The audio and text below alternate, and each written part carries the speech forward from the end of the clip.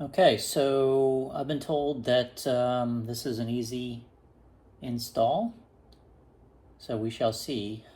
As everyone knows, I can't do anything, but anyway, hey, it's Lee. All right, so amber turn signal, I'm on the passenger side.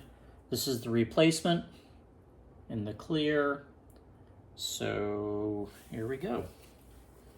Supposed to pull on this, and it should pop out.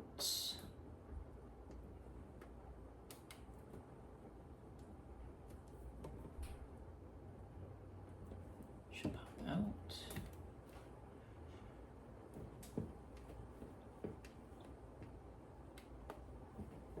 Should pop out.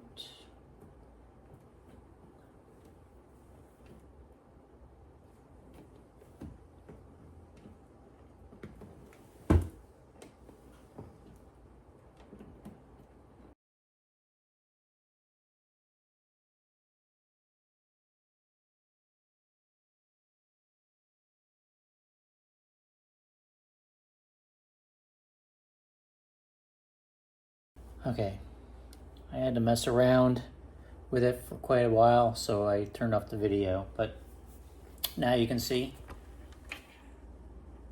what it looks like.